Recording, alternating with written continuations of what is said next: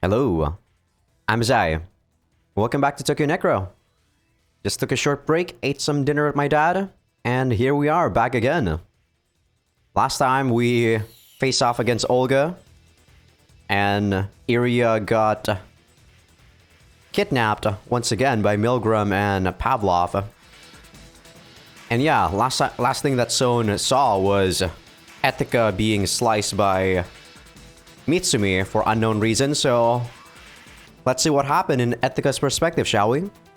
Gijo Mitsumi grits her teeth as she watches Son board the battleship to save Iria. Her stamina is all but depleted. Even if she went after him, she'd only serve to drag Son down. All she can do now is focus on defeating the enemy before her, Olga.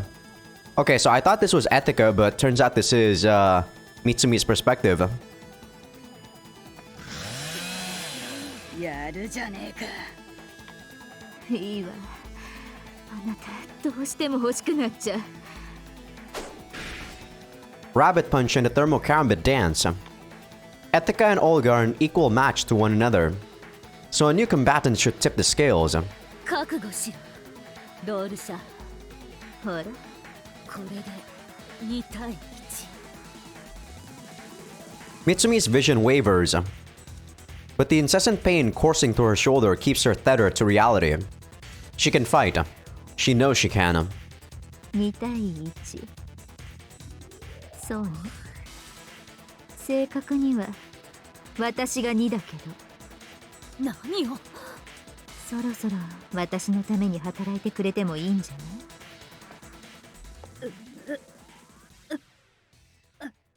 い？ What the? Etika abruptly stops in place. The light fades from her eyes. あの夜、私の体液に何度も触れたものね。まだ耐えられるなんて意外だったけど。ダメ押し。あげるわ。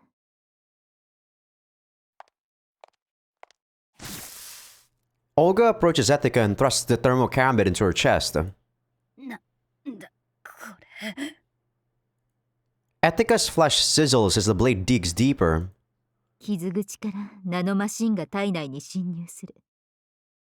怖がることなんてないのよ。もうあなたは私の言いなり。なわけねえだろ。 The light suddenly returns to Etika's eyes. Olga hurriedly makes the jump away, but Etika grabs her and refuses to let go. 猿芝居に騙されやがって。あなたまさか。 I guess she still doesn't know that Etika is living dead right now. So that's how she actually controls people, huh? If they exchange body fluids. Etika plays her ace. とっかかどっかで見てるんだろ。打ちやがれ。 Oh, sorry about that. No reply comes. Olga is frozen in place. But if Togitaka shoots her now, he'll hit Etika too. His reluctance to fire means that he's unaware. In that case... Ah, that's why Mitsumi actually cut her up. Mitsumi pulls the broken Sushimaru from her shoulder. A geyser of blood spurts forth. Proof that she's alive. やれみつみ。やめなさい。 At Olga's command, Mitsumi's eyes cloud over once more. Her consciousness dims. The world before her is overridden. Ah, okay, so she's able to make people have hallucinations, I see. 三つみ、よく聞いてくれ。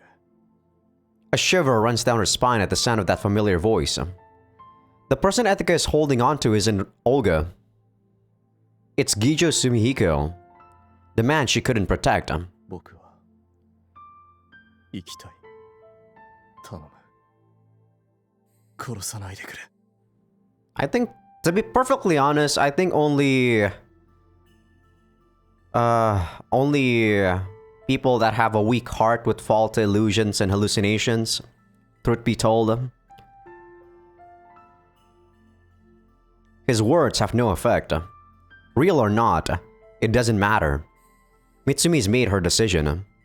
She fights not for those who are dead.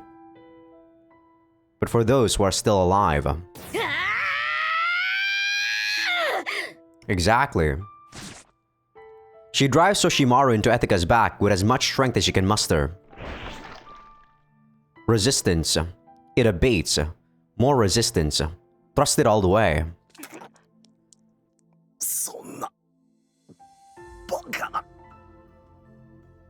How did I know you were gonna say Bakana? Sumihiko vanishes. No, he was never there. Her katana is embedded firmly in Olga's chest. Straight through the heart. It's over. Pulling Etika with her, Olga collapses to the ground. Her body lies still. Etika looks up at Mitsumi and grins. Yeah, if Etika was not a living dead, she couldn't be able to pull this off.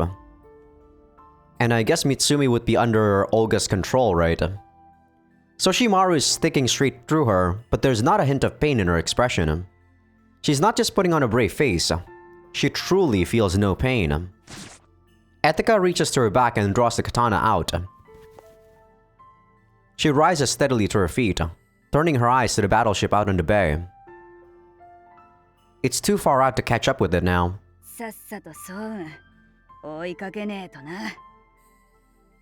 The battleship retreats into the night as Etika watches.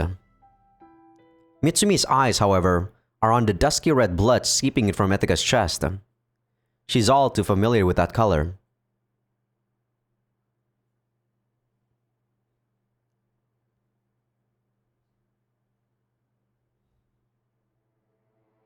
I immediately cut to the chase. Damn, she's really going straight into her dad. The old man refuses to turn around or even answer my question. He continues silently looking out at Tokyo through the window of his top floor office. そうだ。お前はミルグラムに対抗するために必要な戦力だった。 Lies. He didn't say that at all during the time when he revived her the last time on my first route. だから私はお前をリビングデッドにした。 My old man used to be the head of the Self-Defense Army's CQAMA training unit.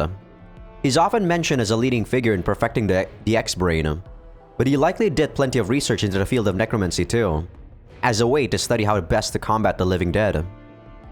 So it comes as absolutely no surprise to me to learn that he himself has been a necromancer all along. ミルグラムは東京湾にいる。 American-class amphibious assault ship number 12, the Hawaii, a relic from the past century, originally destined to be disassembled as scrap. An American-class amphibious assault ship produced in Ingalls shipbuilding in 2035, remained in active service until 2085, outfitted with what was at the time cutting-edge military technology, boasting armaments such as electric pulse bombs and bubble shields. With Milgram now fully exposed, the fact that ship is docked right under our noses in Tokyo Bay would mean 東京メガフロートを狙っているようだ。なんだって。ロールシャッハが死んだ今、残された手段は少ないということだろう。それを察知した帝国エネルギー社は特殊活動家の突入を企図しているようだ。船を沈めるんじゃなくね。潜水艇を一艘用意する。帝国エネルギー社からは特に事前通達を受けていない。戦闘中何を言われようと知ったことではない。しかも相手がネクロマンサーを追いかけるリビングデッドストーカーとなればなおさらだ。へえ。So basically, I'm supposed to make use of the chaos ensuing from SAD's attack to sneak on board the ship and rescue both Area and Sone. Not gonna be a walk in the park, that's for sure. 我々が崩御イリアを確保できれば、帝国エネルギー社に対する大きなカードになる。それに、ミルグラムには個人的な借りがある。Damn, I'm a little surprised. I feel a sudden urge to rush over to him and get a good look at the expression on his face. Actually, never mind. Looking him in the eyes would only sour my mood. いつまでそこにいるつもりだ。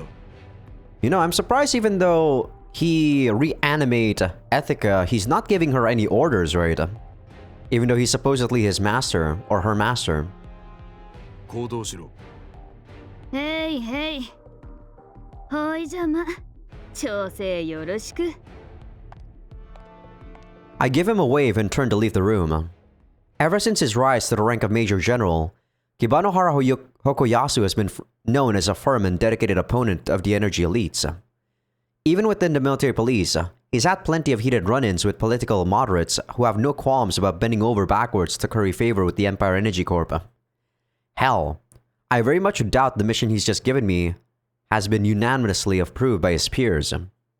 If anything, he's probably acting on his own. エチカ。 He calls out to me from behind. 生きているうちは何の役にも立たなかったお前だ。 Wow, what the fuck? せめて死んでから私の役に立て。 I feel a faint ripple in my soul that it might have once been anger. But that's about it. If this had been a week ago, I would have no doubt jumped over his desk to punch him in the face. Right now, though, I don't even consider it. なあ、親父。私の感情はどれだけ持つ？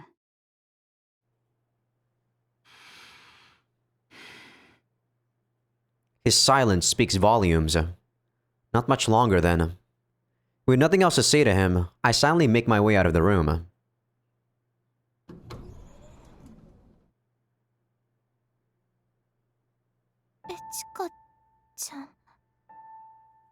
It's Kiri.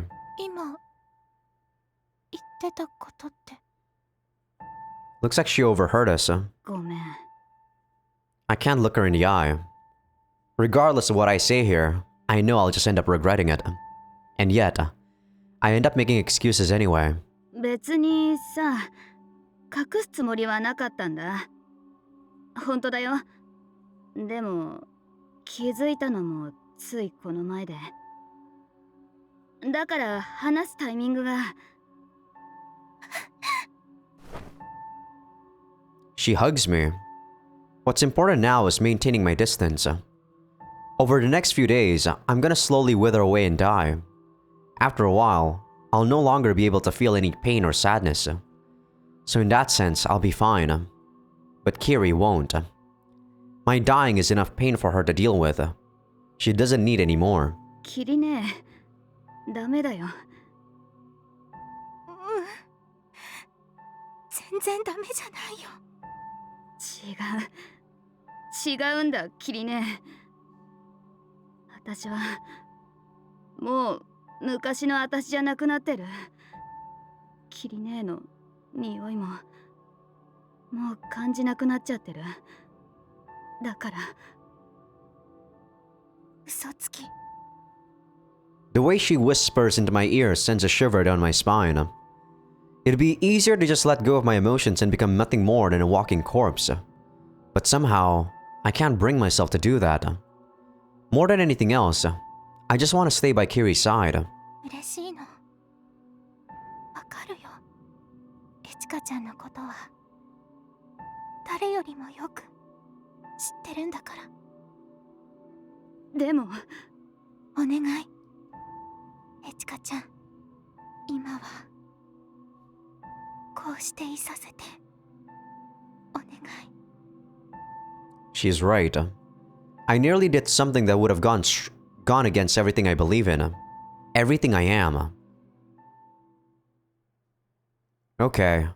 I've made up my mind. I'll use the time I have left to laugh, to cry, to struggle, and to live. No more regrets. I'll live my life to the fullest, for as long as I still can. The way I die is going to be one hell of a testament to the way I lived.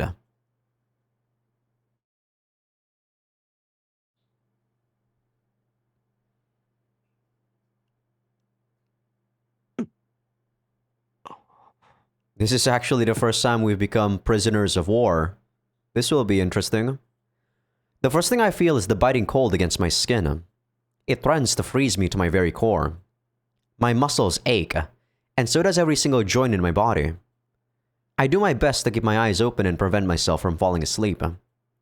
My eyelids feel heavy. My vision is blurry. The faint light of the room pierces my eyeballs like a needle. As I finally manage to take in my surroundings, I realize I'm in a cell aboard a ship. The swing of the room doesn't seem to be from the lingering effects of whatever drugs they got me with. Lying next to me on the floor is Iria. I do all I can to keep my anger in check.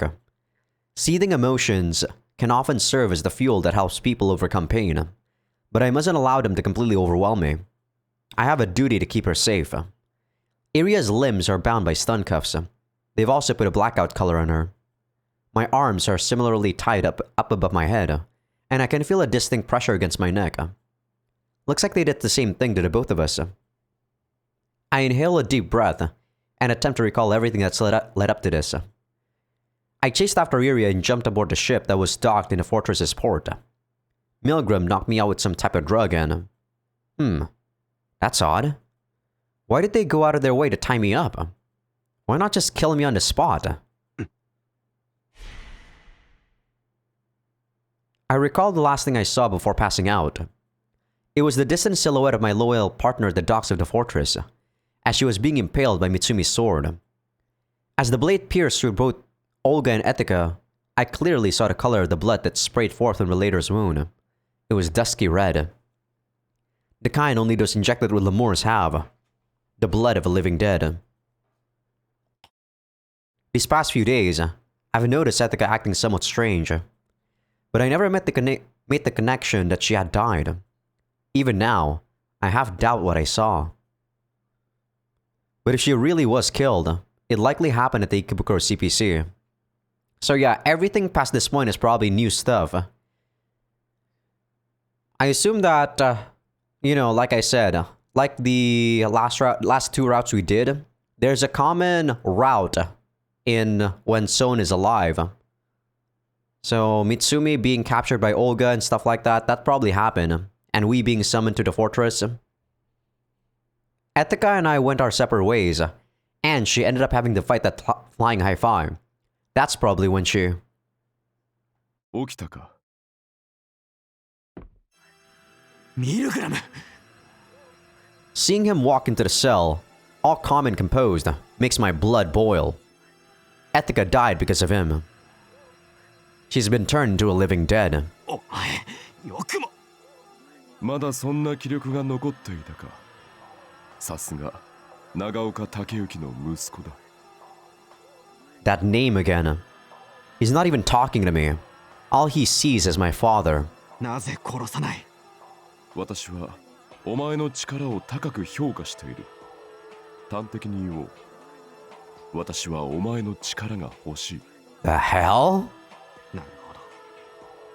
His straightforward, no-nonsense answer helps me connect the dots. タンユンシャンが死に、ロールシャッハも倒れた。戦力不足を感じているってことか。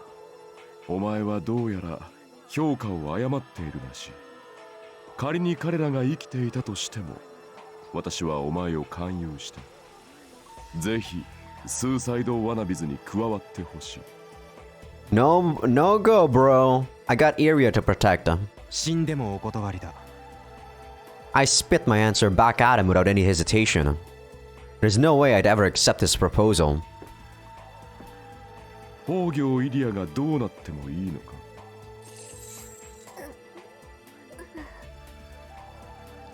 He grabs Iria by the arm and forcefully pulls her closer to himself. 待て! Milgram ignores me. Paying no need to the visible anguish on Iria's face, he drags her tiny frame toward the entrance. I squirm and struggle in a desperate attempt to break free from my stun cuffs, but it's to no avail. It's only a matter of seconds until Milgram leaves the room. If I lose sight of Iria now... 加わる! Nani? Hook, line, and sinker, damn it.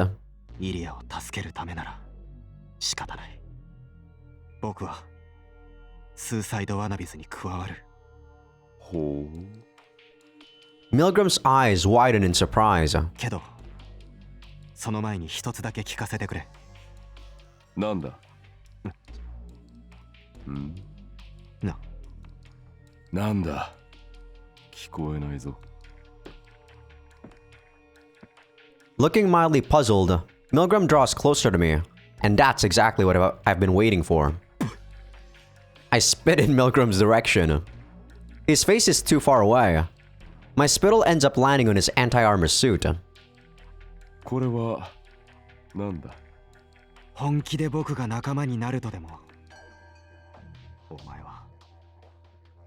お前たちはエチカを殺したんだ。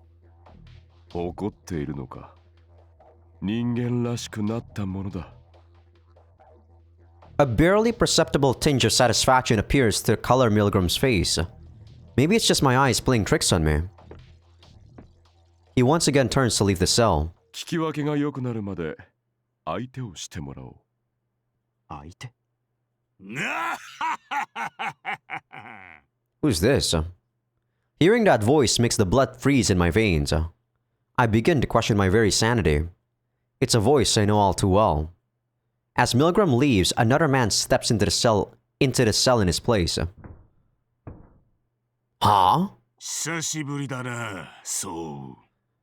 I guess we do know that he's alive in the other route, but he was never really, shown into... I guess at that point, he was already turned into, a battle-type high-fi. My former mentor, a man I thought dead. Kara Suzumi Ikatsu.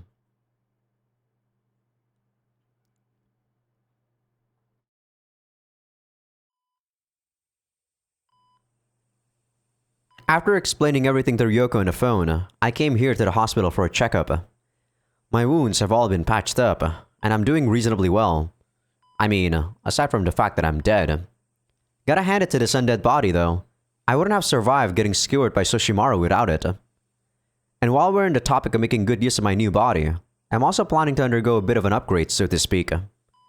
I told myself I'd live the rest of my life to its fullest, and I aim to keep that promise. If I can take advantage of something, I will. So you're gonna modify your body, eh? I told Ryoko to head to the old Odaiba district. I'm also planning to head there in Kiri's Grey Chameleon, but first, I gotta take care of something else.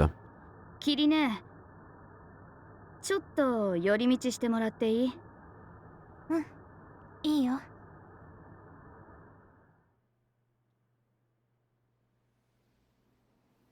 We've arrived at Shinokubo.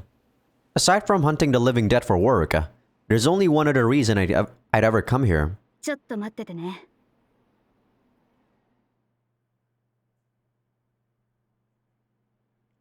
Meeting Mitsumi? It's my first time coming to Mitsumin's agency. I knew she was located in Shinokubo, but actually coming here really makes me question why she chose such a cold place to set up shop. 誰だ？はーい、みつみ、元気？木場の原か。She throws the door open, and then immediately closes it with a surprising amount of force. 体は問題ないか？うん、今のところはね。そうか。ならばよかった。お腹を貫通されても死なないんだから便利な体よね。これで感情が劣化しなかったらな。Mitsumi kinda just stands in place without saying a word. Is she still hung up about what happened? She really shouldn't be. Realizing I became a living dead is what helped her defeat Olga in the first place. それで何の用事だ？これからミルグラムの船に乗り込むの。少数精鋭でソウンとイリアちゃんを助け出して。ミルグラムを殺す？ I nod. Once aboard the ship, we'll mostly have to deal with enemies in close quarters combat. In that sense, Mitsumi is pretty much the perfect candidate for the job. ミルグラムとサットがドンパチやってるところに潜り込んで漁夫乗り狙おうってわけ。正直言って危険だけど一緒に来る？ Oh? That's weird. Knowing Mitsumi, I kinda expected her to jump at the opportunity. なぜ私に声をかけた。みつみん私たちの仲間じゃん。そうか。 She nods, seemingly satisfied with my answer. 来い。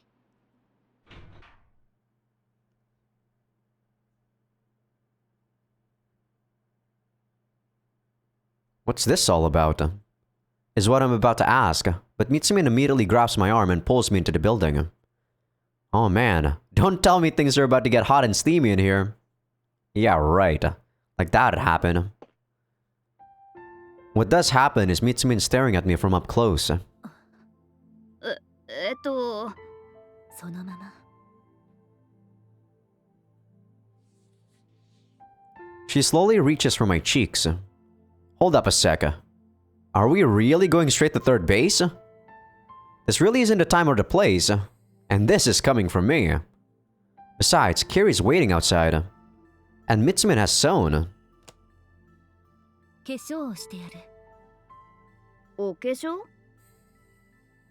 Mitsumin brings out a cosmetics box packed full with an entire assortment of makeup accessories. I'm both relieved, and just a bit disappointed at the same time. Just a bit, okay? 軍警察のネクロマンシーはまだ未熟。疑似生命活動の維持はできても、外見の維持までは気が回らん。それってつまり顔色が悪いってことだ。待っていろ。 I wonder, is her brother still here?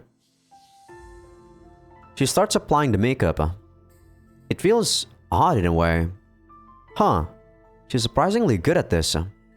I could have sworn she was like me, in the sense that fighting was her only hobby. 意外か？あ、いや。 Considering how close she is to my face, it's no wonder she's seen right through me. Suddenly, I hear something rustle and move in a distant corner of the room. I immediately reach for a rabbit punch. I didn't notice anything until just now. Has my emotional degradation already advanced this far? 身構えなくてもいい。あれは兄だ。お兄さん？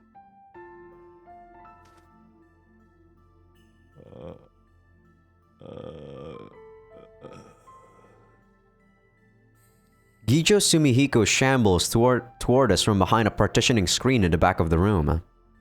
At first glance, he seems no different from any ordinary person, but a closer examination of his features reveals a thick layer of makeup covering his entire face. 兄との暮らしが長いからな。嫌でも覚えるよ。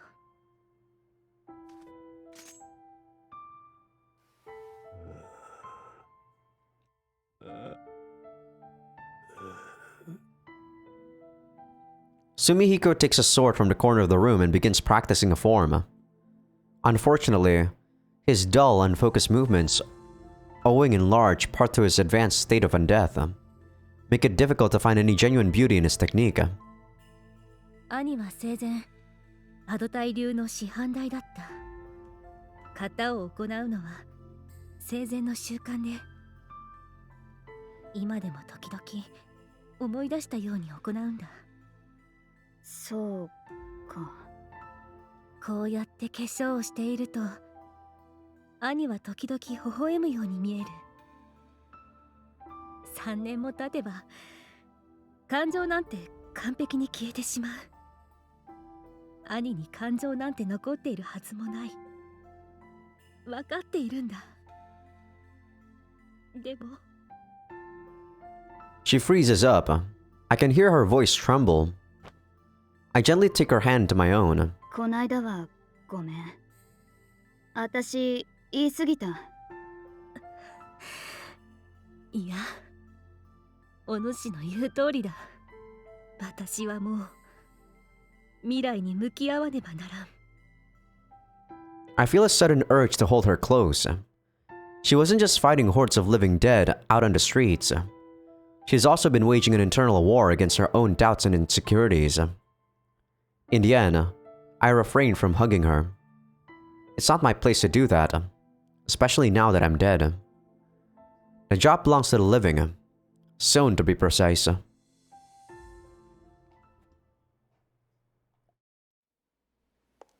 お待たせ。 Kiri's visibly surprised by my makeup. Mitsumi's skills appear to have immediately paid off. みつみんも一緒にいいよね。っていうことはもしかして。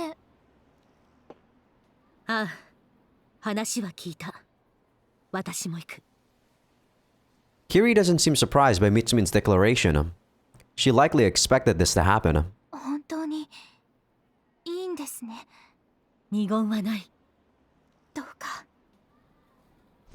エツカちゃんをよろしくお願いします。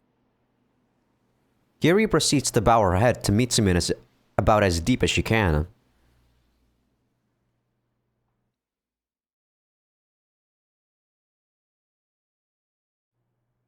随分とたくましくなったな。 As Milgram left the room with Irie in tow, the person that entered in his stead was none other than Kara Suzumi Ikatsu, my personal god. そんな。 I briefly entertained the possibility of this being a dream. 2.5 years ago,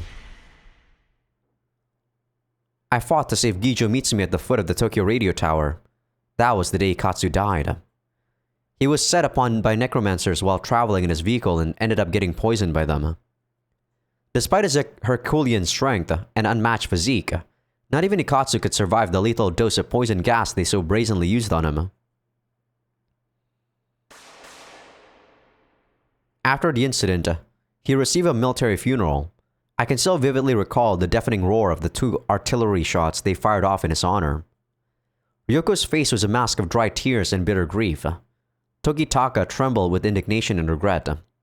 Etika simply hung her head low, refusing to look anyone in the eye. Those memories are still with me. It all happened. I'm sure of it. We were told Ikatsu was cremated and his ashes transported to Aoyama Cemetery. So then, why is he here now?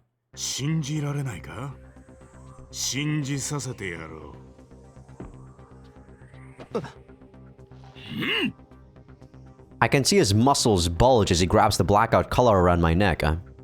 Even with the strain of his effort visible on his face, Ikatsu still has enough energy left to break into a faint smile. I can see a thin crack begin to form in the collar. What the fuck? And just like that, Ikatsu breaks the collar to pieces with nothing but his bare hand. He then turns his attention to my legs. He reaches for one of my stun cuffs and tears it off with one swift move. I'm hit by a fierce electric shock the moment the cuff is shattered. While I'm still reeling from the pain, Ikatsu gleefully moves on to break the rest of the cuffs. First my left foot, then my left hand, and finally my right hand. My body is ravaged by electric shock after electric shock, and as the final cuff falls to the ground, so do I. Ikatsu props me up with one of his thick, muscular arms. Tattooed on it is the emblem of the Close Quarters Armed Martial Arts Training Unit. His skin is like ice, and then it all becomes clear as day. There's not an ounce of life coursing in his veins. 一括さん、あなたは。リビングデッドの体ってのもいいもんだぜ。なんせ痛みを大して感じねえ。 Ikatsu hurls me across the room. However, the way he does it has little in common with traditional wrestling or judo techniques. With a complete disregard for my stance and posture, he simply grabs me by the wrist and throws me like one with a ball. I hit the wall with the force of a cannonball, then crumple to the ground. I managed to just barely shield my head with my left hand, but I'm unable to actually stand up. With my vision turned upside down, I can see Katsu drawing closer. I'm suddenly hit by a wave of nostalgia. This reminds me of the training he forced us to undergo week after week. それに死んだら怪我の心配がいらねえ。それはまあもちろん脳みそをやられちゃ終わりだけどよ。内臓をぐちゃぐちゃにされようが全く何の問題もない。動脈を傷つけられてもちょいと黒い血が流れて終わりだ。 The temptation to pass out is strong, but I use every last nerve in my body to try and stay conscious. Unless I find a way out, I'll end up dying in here, and I simply can't let that happen. My vision swims, but I force myself to stand. He's immediately on me though. This too brings back old memories. どうだ、よくわかるだろう。体温がない。赤外線センサーに見つかることもない。飯を食わずとも腹は減らない。感情がないから不平不満もない。 Ikatsu puts me in a chokehold. He's not applying pressure to my carotid artery with the goal of choking me out. Instead, his intention is to torment me by blocking my windpipe. It's too much. At this point, even making me pass out would be a mercy. I desperately twist and turn to escape Ikatsu's stranglehold. I push against his sides in an attempt to force him to ease up and let me breathe. Ikatsu's grip, however, keeps holding me like a vice. No matter how much I struggle, he won't budge an inch. I feel like a child. How long has he been turned into an undead, I wonder? Because he still has his emotions and memories, it looks like. Moments before I'm about to succumb, Ikatsu finally loosens his grip. Fresh oxygen fills my lungs. A second later, and I would have been down for the count. But even as relief washes over me, I ball my fists and assume a combat stance.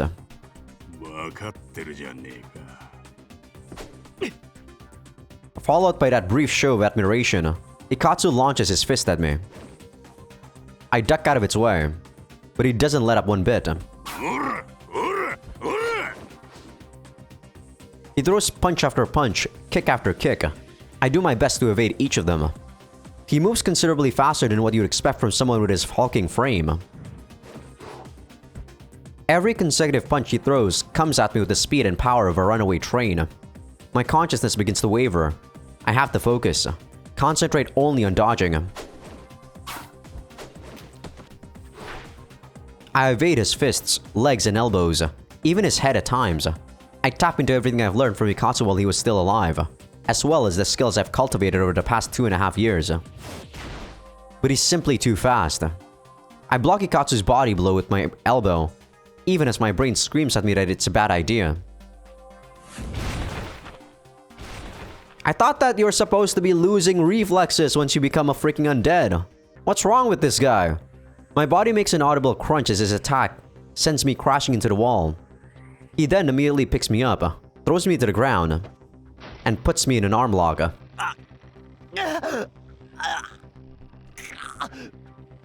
ちょっとは上達したかと思ったが、2年半でそのざまか。 The raw impact of his strike nearly makes my heart stop. Ikatsu drives the heel of his palm into my chest. The pain is almost unbearable. He's thrown me around, nearly strangled me, pinned me to the ground, and beaten me to a pulp. The order makes a little difference. It's putting me through a little hell. Even should I pass out, he forces me awake for another round of his nightmarish routine of throws, punches, and chokeholds. The training he used to put me through on a daily basis was much like this too. Every single time, I feared for my life. In moments of weakness, I would even beg for the sweet release of death. Yet despite all that, Ikatsu remained my personal god. A wrathful, malevolent god whose existence could not be measured by the scope of human lives. そうよ。お前は昔言ってたな。自分がリビングデッドだと思ってるって。お前、何か勘違いしていやせんか? Ikatsu spits the words out, towering over me. Even through the veil of my rapidly fading consciousness, I can still hear him finish that sentence. リビングデッドになれば感情をなくせると思ったか。確かに感情は劣化する。日に日に俺様は俺様でなくなっていった。それでもなお俺様はこうして俺様でいられる。 So he calls himself Ore-sama, huh? Just like Rance does. それはなぜだかわかるか？ I have no idea. Over 2 years have passed since Ikatsu's death.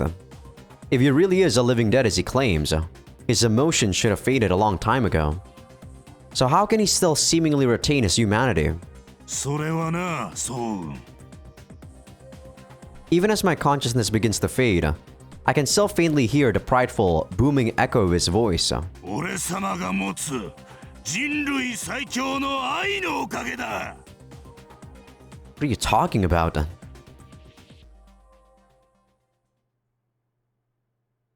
What is he talking about? I'm actually not sure.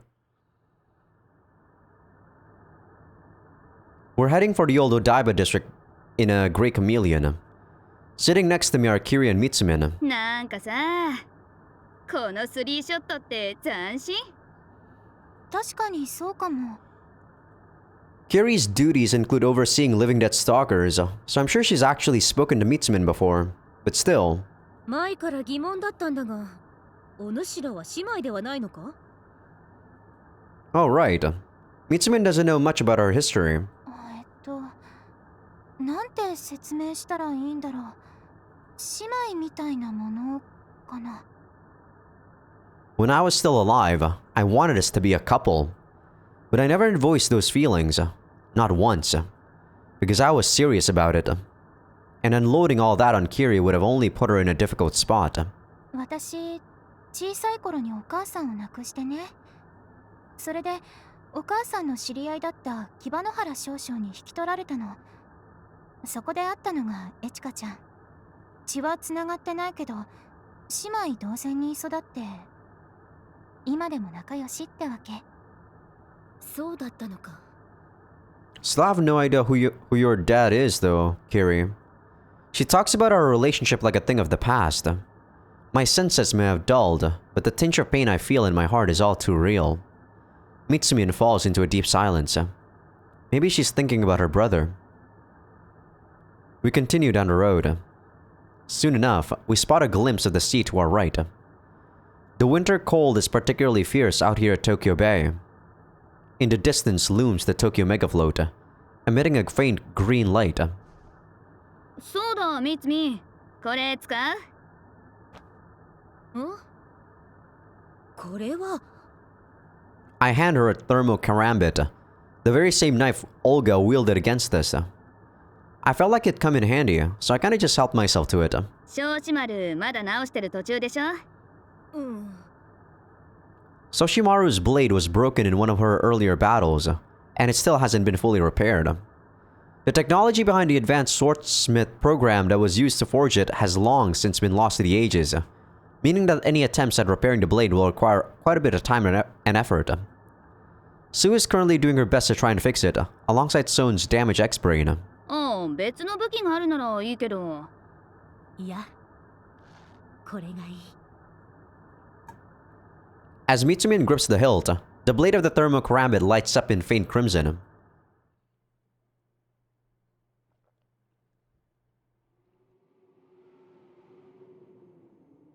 Ryoko is already waiting for us when we climb out of the Grey Chameleon. エチカちゃん。 Ryoko walks over to greet me. She seems plenty nervous, but who wouldn't be in a situation like this? Milgram's amphibious assault ship is about to duke it out against the Empire Energy Corps's advanced Aegis system. In other words, we're going straight into the lion's den. ミツミ、連れてきた。どうしても行くって聞かないもんでさ。マジかよ。 Tokitaka is the first to react. ああ、無理無理。255% 無理。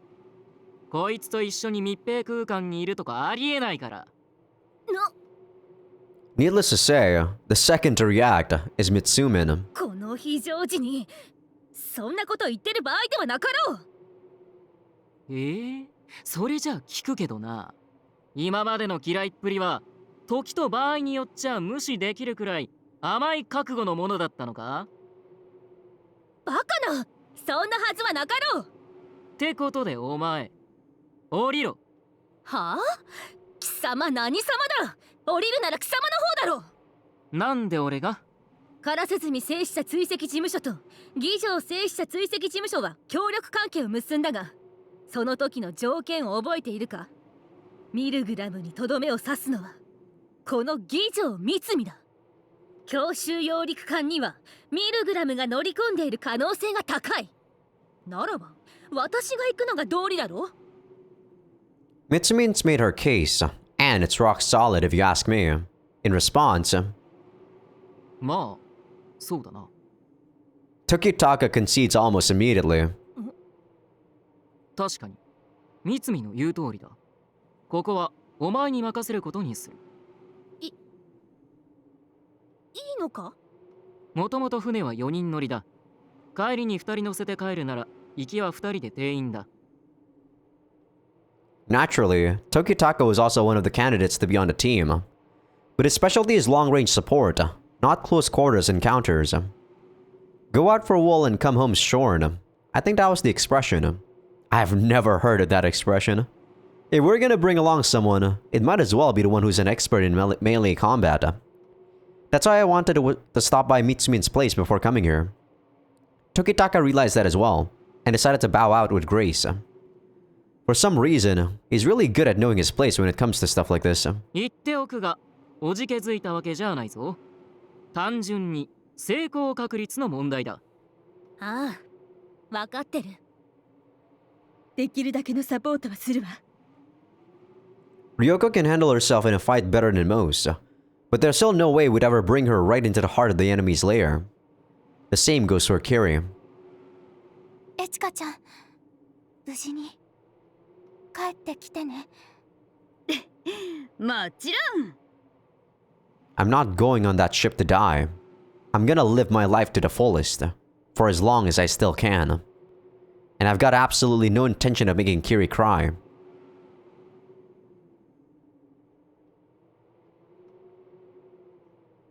Behind Kiri, I spot the Cetus, the small stealth submarine provided by the military police. A stealth submarine carries up to 4, outfitted with silent artificial skulls? How do you say that? And digital camouflage. Its dark hull picks out. I assume that's supposed to be its, right? Yeah, typo there. Peeks out from beneath the waters of Tokyo Bay like the body of a whale. I promptly hop into the pilot's seat.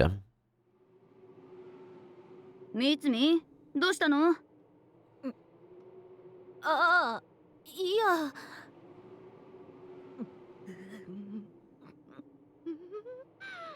What's wrong with you? She awkwardly fidgets about while mumbling a few incoherent words. It doesn't look like she wants to board the submarine, like at all. 船とか苦手？そんなことはない。ただ、なんだ。Looking for all the world like she's about to dive into an active volcano, Mitsumin yells at me at the top of her lungs. 私は泳げぬ。I mean, we're gonna be in a submarine. え？かつて溺れたことがあるのだ。それ以降、水はダメだ。She almost sounds like she's proud of it. I doubt she intended to come across that way, of course. But man, maybe I should have brought Tokitaka along after all. Just as I'm about to seriously reconsider my choice of teammate. ママよ。ああ、ちょっと落ち着いて。揺れる、揺れている、揺れて。She calls out Son's name. You need to calm down, girl. Man, that dumbass sure is one lucky guy. 大丈夫、みつみ。うん、大丈夫だ。私は行かねばならぬのだ。行かねば。I guess I should have realized this earlier, but it sure looks like Mitsumin's more focused on saving Son than defeating Milgram. I mean, she is thinking about the future now, Ethica.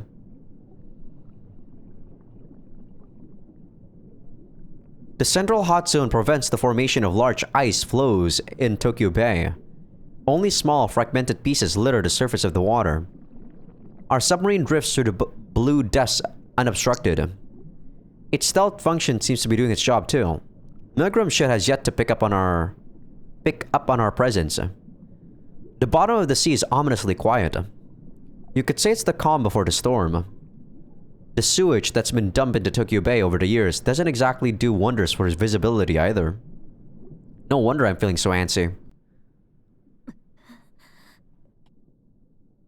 Can't even imagine how an aquaphobe like Mitsumin must feel right now. さっていうことは体内酸素循環装置はないですよね。 I'm pretty sure most living dead stalkers have one though. It's a fairly routine surgery all in all. Boy, am I kicking myself right now for not getting some effervescent suspension with oxygen microparticles? I don't know what that word means. What the hell is effervescent? Dissolves oxygen particles into the bloodstream in order to allow for a long-term activity in oxygenless environments. そろそろ始まるわよ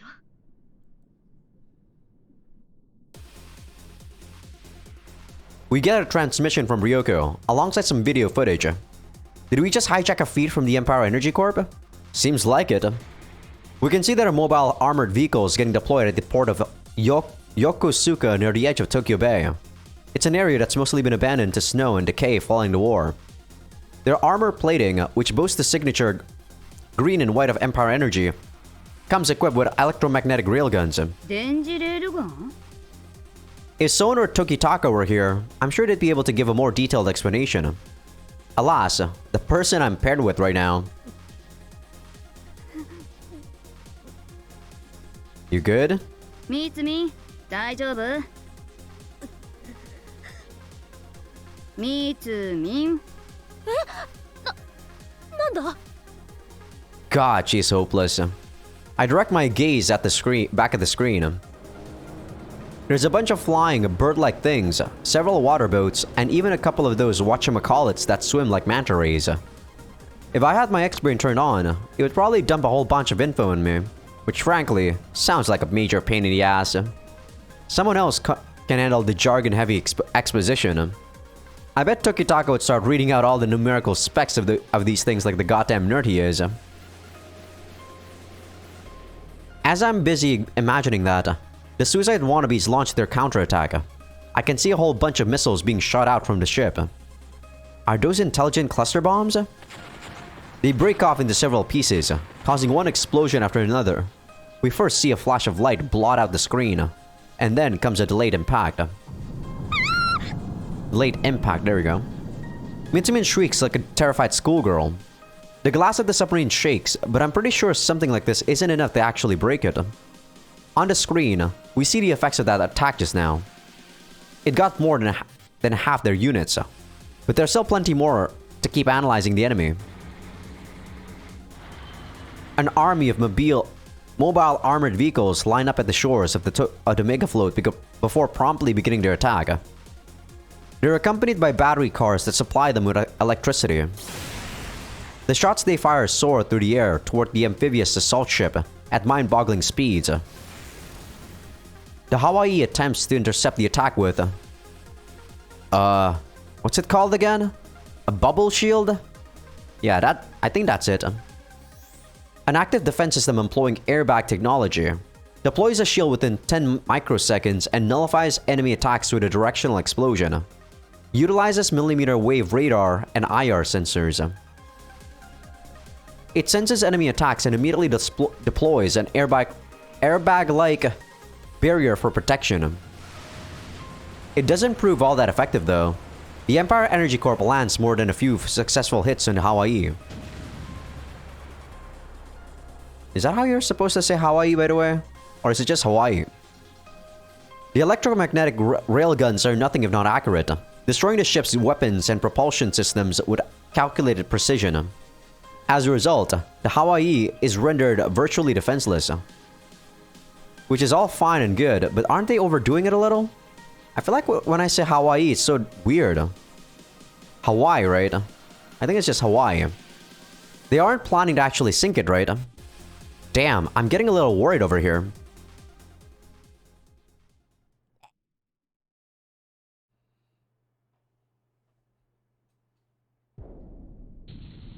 My limbs are no longer bound.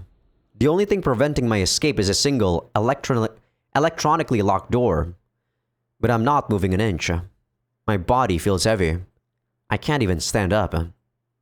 I did just get devastated in a physical sense. That's certainly part of the reason. More than anything else, though, I find myself mentally defeated. Kara Suzumi Ikatsu is my former mentor. In life, he was already a bastion of unbelievable strength. And now, I can't even imagine a scenario where I'd be able to topple him. Assuming I escaped through that door, what could I possibly do against him? You could re-kill him. He said something about the greatest love man has ever known. It's apparently prevented him from losing his emotions. I have no way of telling how much of that is actually true. He does seem to still possess very strong emotions, though. That much is undeniable. The love he felt for Ryoko was immense. Are you really seriously showing me this game? I'm gonna have to block this out, this scene out. What the fuck? Why show the CG though? The way he forced me and Tokitaka to have sex with her in front of him was, I think, a twisted manifestation of that very same love. And yet, as warped as it may have been, his love knew no equal. They say even the most skilled necromancer can only prevent the degradation of their creation's feelings for about 2 weeks at most. Rationally thinking, there's no way Ikatsu could still retain his emotions after 2.5 years. It seems more plausible to assume that his claim is simply the result of the clever mimicry hi-fis are known for. I understand all that, but the wheels in my brain continue to turn. What would happen if you combined the skills of a top-class necromancer like Milgram with the unimaginably powerful love harbored by Ikatsu? Could that result in something that would exceed all expectations? Something that would allow Ikatsu to maintain his emotions even in death. If there's anyone capable of pulling off a feat like that, it's him. My god. And yet, my god died. He joined Milgram as one of his undead minions. I was probably too conceited. 2.5 years have passed since Ikatsu's death.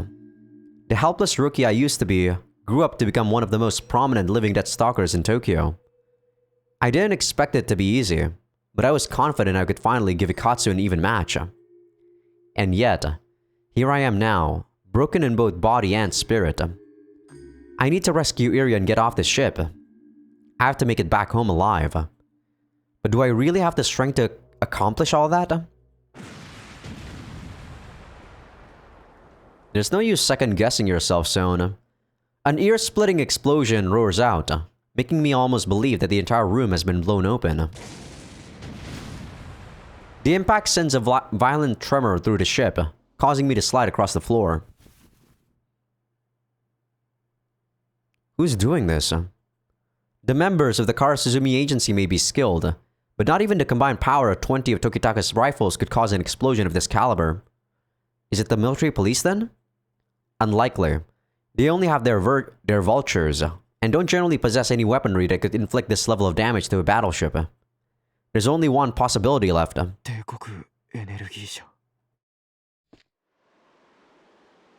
Looking out the window, I see several vultures soaring through the sky. Their hulls are painted a different color compared to the gunships employed by the military police, making it clear that they belong to the Empire Energy Corp. I believe they're officially called Oppenheimers? Oppenheimers? Modified vultures owned by the Empire Energy Corp, used by SAD. Several soldiers gear up in white combat suits drop down from the gunships.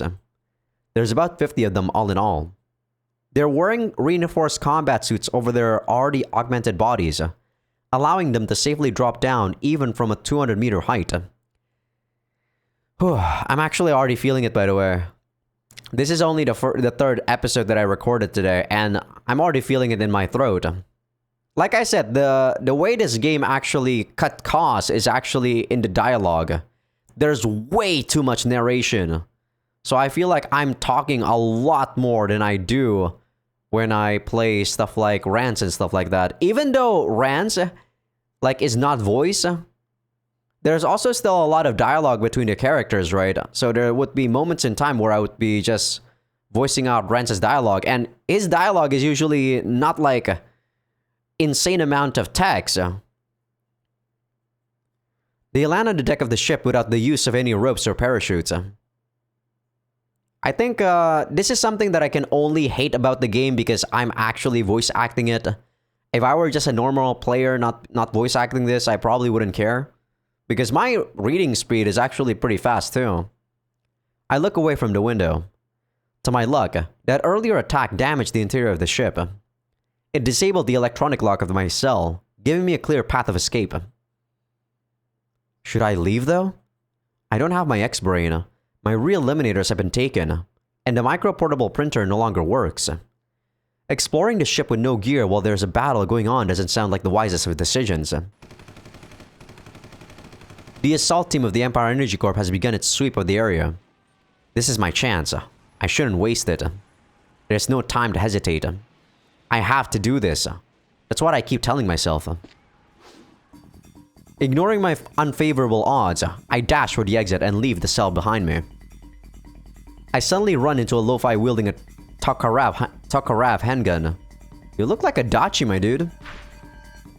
Not waiting for my sense of balance to return fully, I rush down the gently swaying corridor and swiftly close the distance between myself and the lo-fi. I twist his neck from behind and send his head tumbling to the floor with a hard, audible thud. He hasn't completely thawed out yet. It reminds me how much effort goes into preserving undead bodies. When creating a large number of lo-fis, keeping them in cold storage is considered the most efficient method.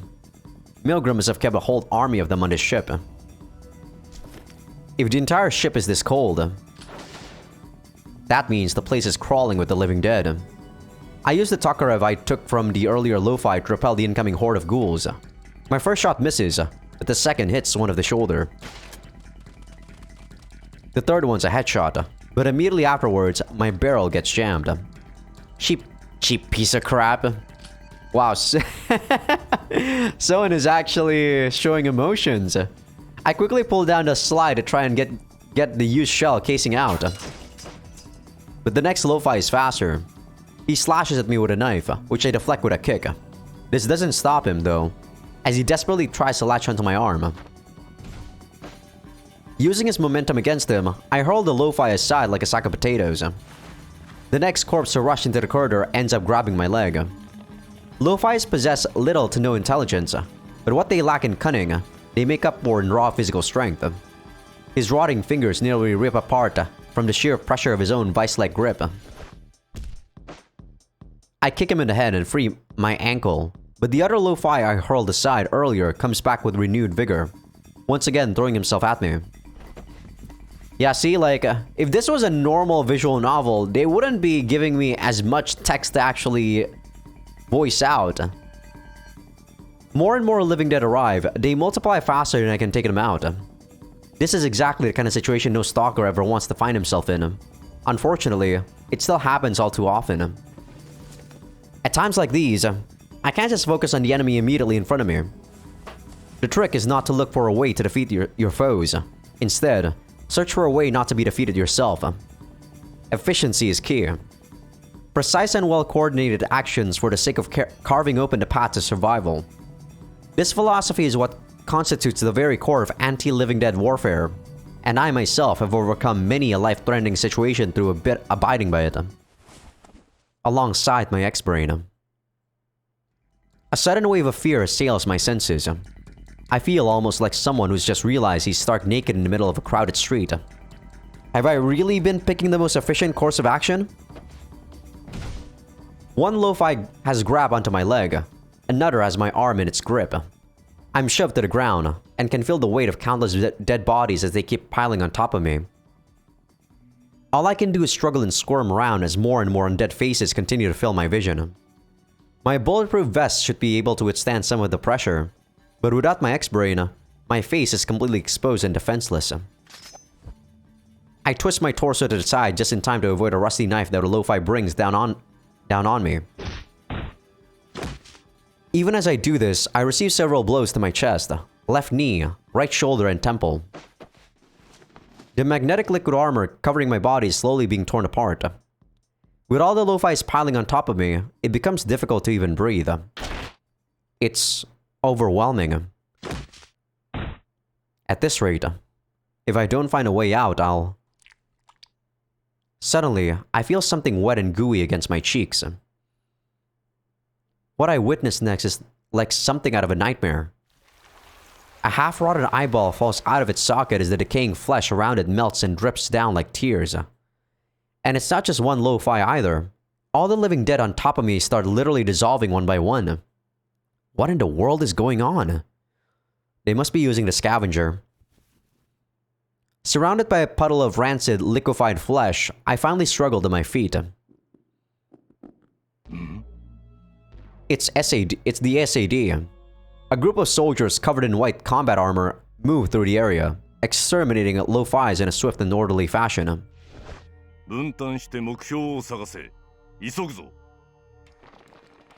Their leader, a man with a mean glare, seems to completely ignore me. Even a stray dog by the side of the road would get more recognition. It gives me a clear idea of what he thinks about those living in mainland Tokyo. His behavior is stereotypical of the energy elites inhabiting the Tokyo megafloat.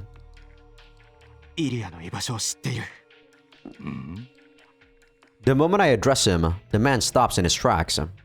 If killing Milgram was their only aim, they could have just bombed the entire ship to oblivion. The fact that they deployed SAD for an interior sweep can only mean they're looking to rescue someone. And that someone is Hagio area. Yeah, you can kind of see that I get impatient voicing these dialogues. Well, they're not even dialogues, the narration, because they just keep coming and coming and coming. Which, if I were just a normal reader, I wouldn't really mind, as I said. It's because I'm Let's Playing this, it makes me a bit irritated and makes me impatient. One of the soldiers that split off from the group to sweep the area gets mowed down by a heavily armed living dead. He's been shot in the neck at point-blank range. There's no saving him. The other soldiers rush into the room and fill the creature with bullets. It immediately collapses to the floor and melts into a puddle of ooze. But for each living dead felled, countless more emerge to take its place. I can't afford to be particular about my methods right now.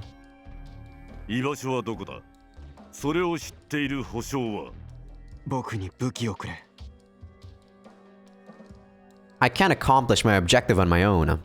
I mustn't reveal all my cards so easily.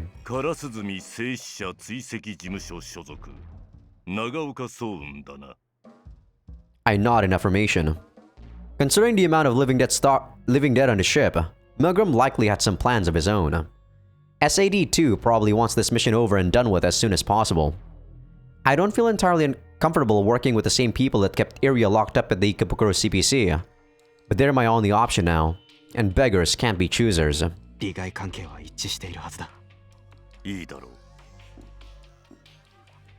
The man walks over to the soldier that got gunned down earlier by that heavily armed living dead. He takes the rifle out of his hands, aims it at the wound in his neck, and pulls the trigger without hesitation. He then hands that very same rifle over to me.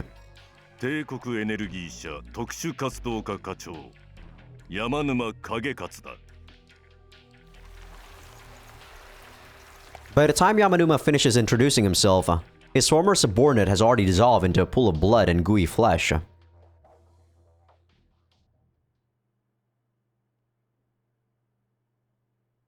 I guess it's not the scavenger, because it also turned like a normal human into some goo.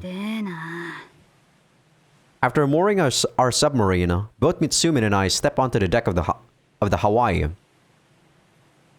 How do I say that? Man, it's so... I don't really say Hawaii that much, you know? We see a landed Oppenheimer gunship surrounded by the corpses of SAD soldiers and several living dead. Man, what a massacre.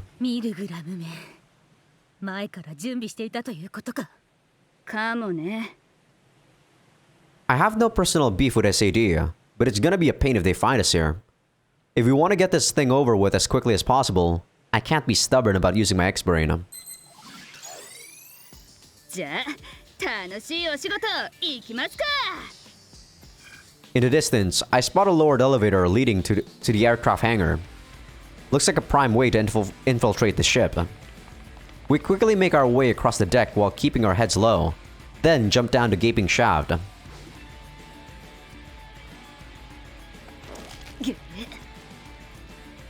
I land on something oddly sticky. The entire floor is covered in this strange, dark liquid. Is this blood? I see a whole bunch of these darkish red puddles between the corpses of SAD soldiers. But it's not just blood. There seems to be bits of melted flesh mixed in too. 騎馬の原。分かってるって。 There's no wind blowing. Only the snow keeps falling in through the vertical elevator shaft. The light pouring in from the outside creates a contrast with the gloom that dominates the interior of the hangar. And in that darkness, I can make out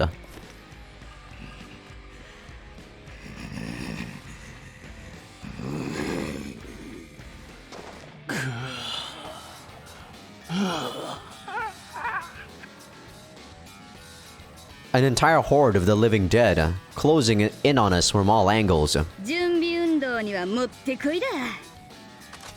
I ready my shotgun. すぐに片付けるぞ。 The thermokarambit lights up in Mitsumi's hand. We put our backs to each other for a brief moment, and then it's go time. Once my X-Brain gives me permission to fire, I unload my shotgun on the bastards. Feeling the kick of that all too familiar recoil against my arm, I re-eliminate every single living dead that rushes at me. Back in the city, I rarely ever get the chance to use this bad boy. I mean, imagine firing a shotgun in the streets. I could end up accidentally damaging some pipes, which wouldn't just be hazardous.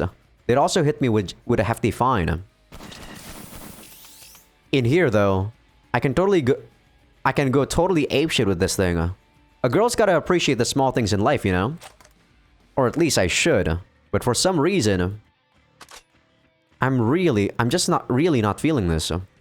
I wonder why that is. Oh shit. I got so lost in thought, I nearly hit Mitsumen. Man, that was a close one. Almost turned her into Swiss cheese. もっと丁寧に狙え。ごめん。 Mitsumin's using a weapon she's probably not entirely used to, and yet, her suit is still pristine white. There's not a single drop of blood on it. Even ignoring the fact that her thermokarambit can burn straight through flesh, Mitsumin's Attai's school sure is something else. I can also see what people mean when they say it favors practicality. Our backs touch again, and then, it's time for round 2. More and more lo-fi shamble out of the dark, right into my line of fire. I keep spraying bullets at them with the eagerness of a Girl Scout handing out free cookies. My body feels pretty good. And so does the gun in my hand. But then why do I have this strange feeling that some things shouldn't be that obvious? I keep on firing my shotgun. Blasts ring out again and again. But they're not enough to drown out the all-too-composed voice deep inside. Because it's also me. I'm no different from them. I'm just as dead. ざけんじゃねえ。私はこんなところで死んでられねえんだよ。 I run out of ammo mid-yell. I didn't notice the X-Brains pop up and kept pulling the trigger in vain. The lo-fis used that as an opening to try and overwhelm me. No time to reload. Instead, I snatch an assault rifle from one of the dead SAD soldiers in the ground. Right before I can pull the trigger, though, the lo-fis advancing at me are gunned down. It wasn't me, though, and certainly not Mitsumen. A heavily armed living dead lumbers into view. When he fired his 20.7mm caliber heavy machine gun, some of the lo-fis got caught in the crossfire. I dodge his attack and fire back with my newly acquired rifle. The bullets hit him, but end up doing little to no damage to his heavily fortified metallic body. なめてっぽかよ。 I throw the useless piece of junk at the heavily armed living dead. He immediately shoots it out of the air and destroys it. That little distraction gives me the opening I need. I take out Rabbit Punch and rush toward the creature, dodging fire dodging fire from its heavy machine gun as I approach. Surprisingly, this is actually not animated, by the way. As you can see, most of the fight scenes are actually on 2D. Huh? You fucking kidding me? Are you seriously telling me to ditch my weapon and retreat? Screw that. I'm gonna get his ass. The fucker bit into my chainsaw. His rotten teeth sink into the guide bar and refuse to let go. The ultra-hard polycrystalline diamond blade eats into the bastard's ugly face, but it's not nearly enough to actually take him down. He grabs onto my fluttering hair with his left hand and holds me up in the air. Should have just activated overheat mode, damn it, Etika. I consider cutting my hair to free myself, but the hi-fi still won't let go of the chainsaw. He shoves his heavy machine gun right into my face. I can feel the heat from his gun against my cheeks, but my body doesn't even twitch. If I were still alive, there's no way I could keep my cool like this. Mitsumi attempts to rush over to help, but she's not gonna make it here in time. So, what am I gonna do now? Do I reveal the latest ace up my sleeve? Guess I might as... Wait, did he just grin at me? That can't be. The living dead possess no emotions. They're not exactly the smiling type, to say the least. He suddenly lets go of my hair, as his entire body begins to gradually dissolve into a dark, gooey liquid. It's almost like a sped-up time-lapse video. I watch in silence as his flesh unravels before my very eyes. In a span of less than 10 seconds, his massive frame has melted away completely, leaving only his metallic parts and the large machine gun he used to wield. What ultimately remains of him is a dark puddle in the floor, one that looks just like all the others we've seen across the hangar. Is it like an enhanced version of the scavenger? I make my way down the tight corridor with Yamanuma and his men in tow. Whenever a stray ghoul pops up, they gun it down immediately. It takes about 15 seconds on average from the time the bullet hits a target until it begins to liquefy. Okay, so it is the scavenger. 死肉を分解するバクテリアを遺伝子強化し、その能力を飛躍的に高めたもの。免疫系が機能している生物には無害だが、死体には速やかに効果を発揮し、ほんの十数秒でその活動を停止させる。Oh, so that's why... So basically, after you're dead... Like, you know, even if you're not a living dead, once you're dead and you get shot with this, you turn into liquid, either way. Precisely the kind of weapon a company with advanced biotechnology like the Empire Energy Corp would develop. The effects are rapid and aggressive. These bullets should easily revolutionize anti-living dead warfare, should they ever be mass-produced. Having said that, a Lo-Fi jumps out at us from a blind spot, wielding nothing but a shoddily made Tokarev. The SAD troops quickly take her out with a few scavenger shots, but the bullets themselves don't actually have much stopping power. The several seconds needed for the scavenger to kick in is just enough time for the living dead to do some potential damage. Even as her chest begins to dissolve, the Lo-Fi loses none of her momentum and levels her gun at the SAD soldier. The SAD soldier obeys my command without delay. He's trained enough to recognize the correct course of action. He quickly pulls out his sidearm and fires off 3 consecutive shots at the Lo-Fi's waist. The creature falls over before she can latch onto the soldier's neck. She continues trying to crawl toward him, but it's too late.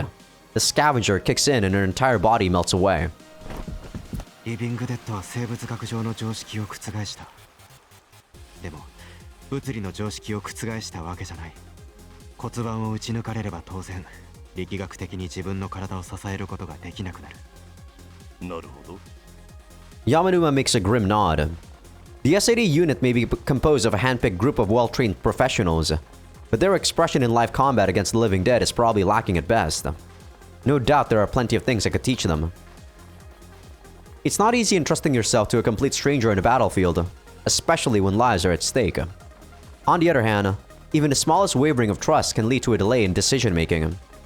As such, it's vital that a relationship of mutual trust be established in combat situations, even between parties who've only known each other for a short period of time. Yeah, see? If I were just reading this without actually saying out loud what the hell this sentence was. I could read this in like 1 or 2 seconds. But the fact that I have to read this out loud is making me sometimes stumble between the sentences and stuff like that. It does kind of annoy me because I am very much interested in the story, you know. なぜ方向がわかる？ミルグラムに唾を吐いた。唾？僕の奥歯には特殊な化学薬品が埋め込まれてる。空気に触れると化学反応を起こしてステロイドを生成するんだ。What the fuck? I speedily make my way down the stairs, keeping my nose honed on that particular scent. I didn't lie to Yamanuma. I'm not going to be of any less use to him if I explain my methods. Being open is the first step to establishing mutual trust. 何も感じないよ。僕はその匂いを嗅ぎ取れるよう幼い頃から訓練された。それに嗅覚は個人差が大きい。嗅覚の受容体は遺伝子配列によって決まるんだ。例えばアンドロステノンは成人の半数がその匂いを嗅ぎ取ることができない。I have no idea what that is, Son. なるほど。It's all thanks to Ikatsu. Upon seeing the results of my examination and realizing how exceptional my sense of smell was, he trained me to make it as keen as physically possible. The X-Brain may be a highly advanced weapon, but at the end of the day, when push came to shove, Ikatsu believed it was your own body that truly mattered. As a result of that belief, every single member of the Karasuzumi Living Dead Stalker Agency received intense training, such that they would be able to survive even in extreme conditions where they couldn't rely on any of their implants. I continue leading the way as the SAD soldiers follow me from behind. While we suffer numerous surprise attacks along the way, our scavengers make swift work of the lo-fi hordes. We press ever deeper into the ship. どうした？匂いが突然濃くなった。ミルグラムはおそらく引き返して向こうに向かったんだと思う。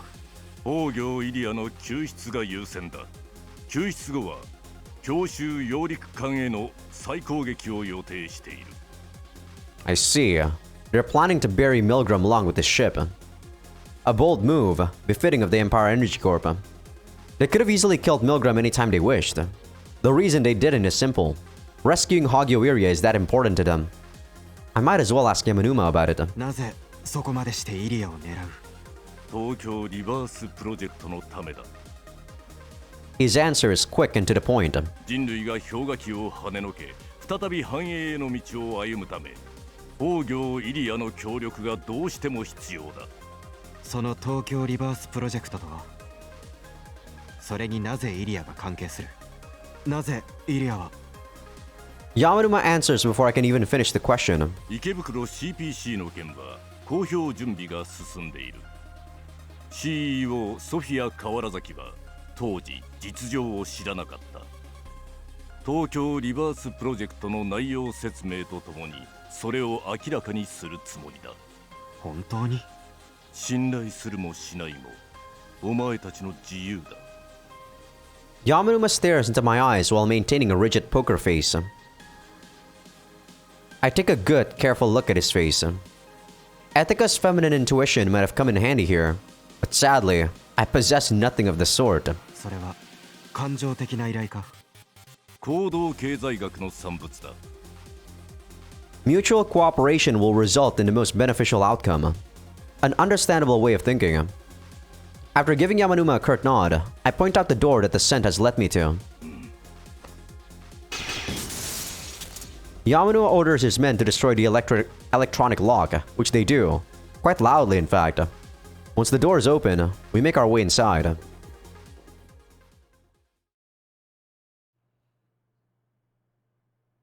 We find ourselves in what used to be an armory. As the Hawaii isn't currently in active use, we don't spot any actual weapons in the warehouse. Instead, what we do see is a lone girl.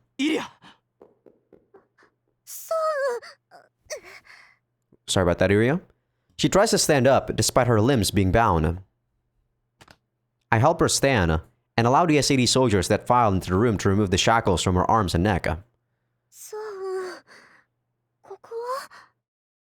一体。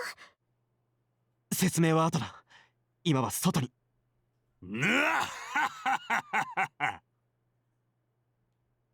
That voice is the last thing I want to hear right now. But I'm not gonna plug my ears. I'll face him head on. I have to. Kara Suzumi Ikatsu, the man I admired as a god. The S-80 soldiers in the room all ready their rifles. No matter how physically powerful Ikatsu may be, he's still an undead. And as such, the scavenger should dissolve his body like it did all the others. Ikatsu tears the thick door of the armory of its hinges and uses it as a makeshift shield. He advances on the S-80 soldiers with the power of a full-speed truck and sends them flying. He crushes all three of them at once, staining their snow-white combat suit with crimson.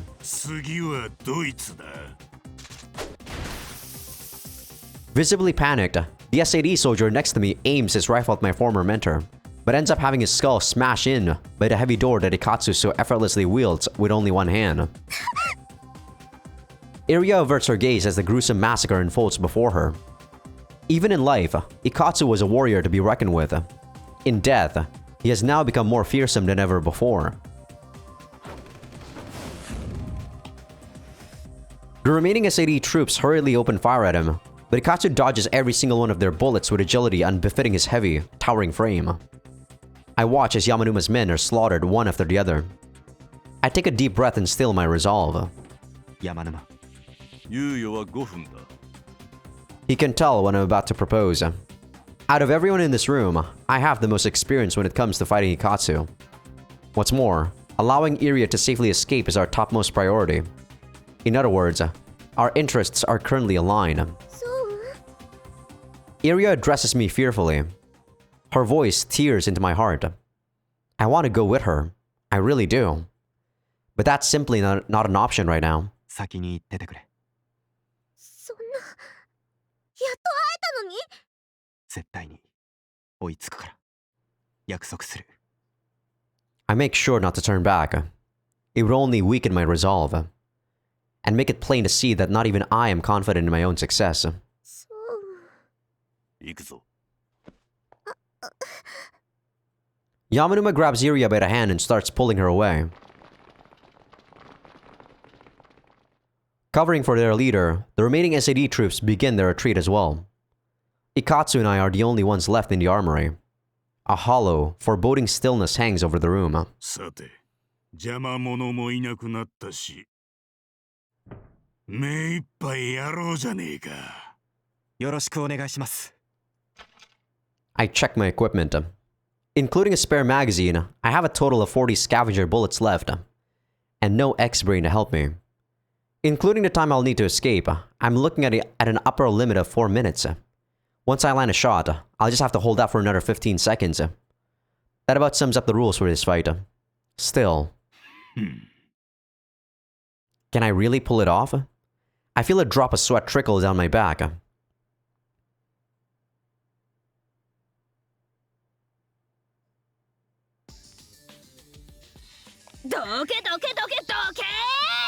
Wow, I actually was gonna end after we finished the fight with Ikatsu, but because we changed perspective, we are actually going to end the episode right here. Because my voice actually needs some rest. Yeah, like I said, I really do still like this game, but it's just the fact that I have to like voice act most of the narration. It fucks up my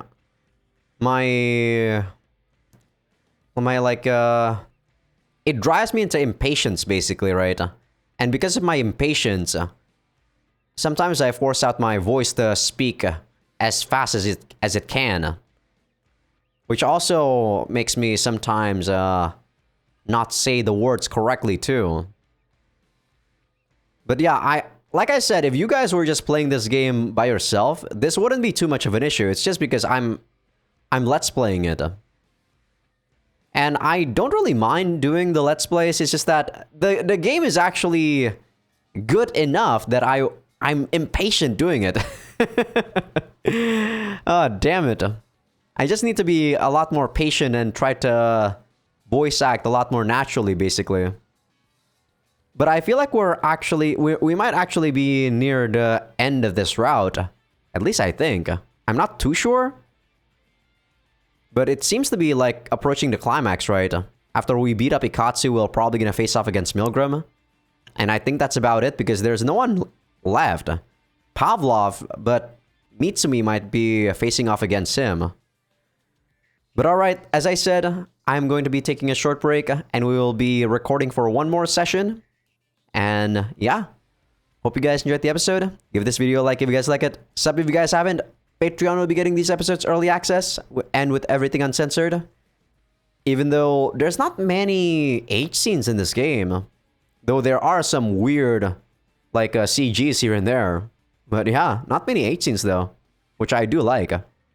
And with that, I will see you guys on the next episode.